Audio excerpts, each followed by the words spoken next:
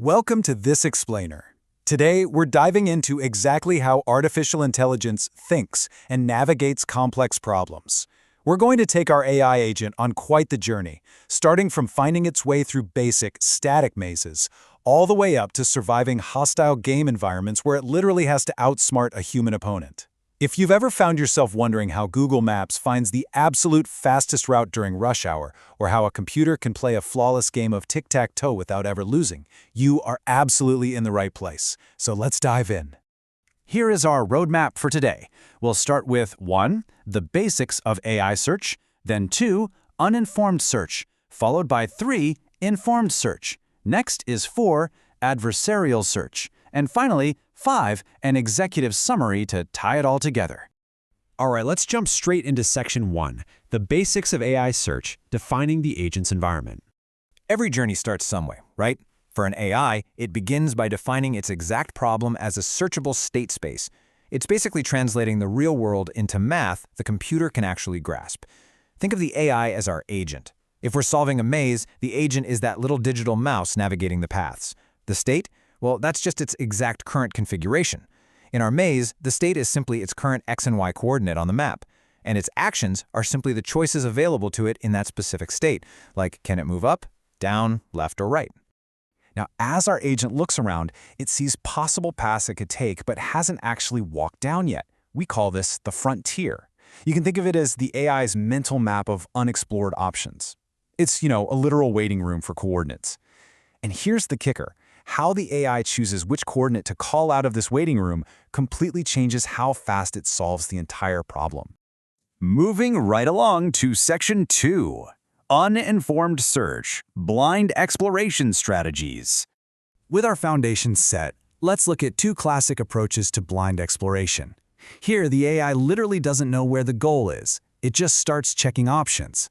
First up is depth-first search, or DFS.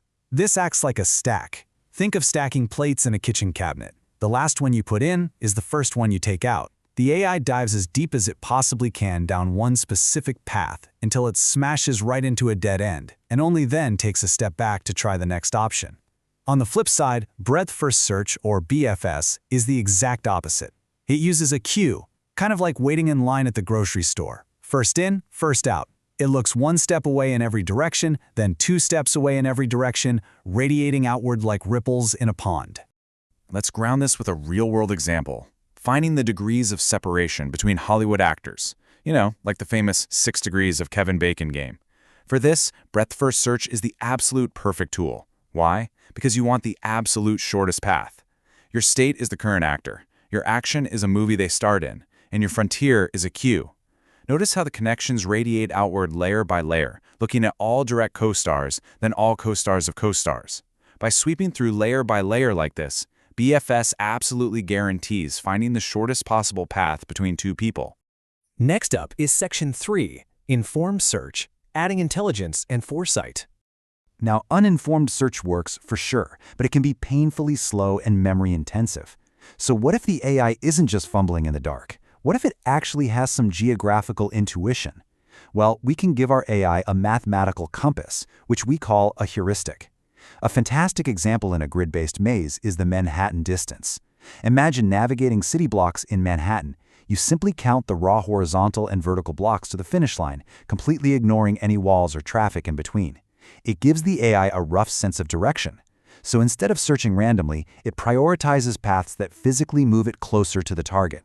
And this brings us to a massively crucial concept, the A-star search algorithm. It relies on a brilliant little formula, f of n equals g of n plus h of n. Let's break that down step by step. It takes g, which is the actual cost or distance you've traveled so far, and adds h, your estimated heuristic cost left to the goal. Combining these two prevents the AI from being tricked by a path that looks incredibly good initially, but ultimately takes way too many steps to finish. Actually, this is the exact step-by-step logic navigation apps like Google Maps use. It perfectly balances the miles you've already driven with the estimated miles you still have left to go, guaranteeing you take the optimal route.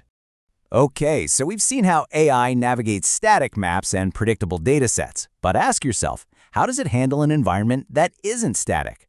What on earth happens when there is a hostile opponent actively trying to block its goal? That brings us to Section 4, Adversarial Search, Surviving Hostile Environments. Welcome to the intense world of game theory, where our agent's journey takes a highly competitive turn.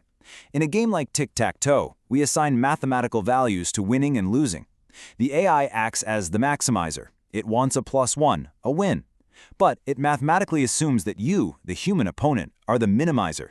It literally calculates its moves based on the assumption that you are an evil genius actively trying to destroy it by forcing the lowest possible score, a -1, meaning the AI loses. A tie is just a 0. So the AI makes all of its decisions based on the absolute worst-case scenario, that you will play perfectly to defeat it. To guarantee it never loses, the AI uses what's called the mini-max algorithm. Think of it as a step-by-step simulation. First, the AI recursively plays out every single possible future move in its head, building this massive game tree until the board is completely full. We call these the terminal states. Next, looking back up the tree, the maximizing AI picks the path leading to the highest possible value. But simultaneously, it assumes the minimizing human will pick the path with the lowest value. By actively playing both sides of the board in its mind, the AI mathematically guarantees victory. Or, at worst, a guaranteed tie. There is a catch, though. Exploring all 255,000 possible tic-tac-toe game states takes time, and for games like chess, it's virtually impossible. So the AI uses a clever trick called alpha-beta pruning. If the AI is exploring a branch of the game tree and realizes, wait, my opponent has a move here that guarantees I get a terrible score, it essentially takes out a pair of mathematical scissors. It immediately stops exploring and prunes away those bad options. This saves massive amounts of computing power without ever missing the optimal move. Finally, let's wrap up with Section 5, Executive Summary Search Algorithms. Let's lock in the practical applications of these powerful tools. As we scale up in complexity, here's how they stack up. Depth-first search is highly memory efficient, but its major weakness is that it rarely finds the optimal path, so it's really best for simple, confined mazes. Breadth-first search? Well, that guarantees the optimal shortest path, but it eats up massive amounts of memory. Perfect for social networks or calculating Kevin Bacon degrees of separation. Then we have A-star search, which brings in heuristics to perfectly balance computation and efficiency, making it the undisputed king of real-world mapping. And finally, Minimax scales us into hostile territory, trading massive computational power for flawless gameplay against active, intelligent opponents. So we've gone all the way from simple mazes to beating humans at complex games. But I want to leave you with this final thought to ponder. As we deploy these adversarial search algorithms into the infinite complexities of the real world, how do we program them? How will an AI calculate the cost of its actions when complex human values aren't simply a 1 or a -1? How do we build the ultimate AI game tree when the stakes are real life? Thanks so much for joining me on this explainer.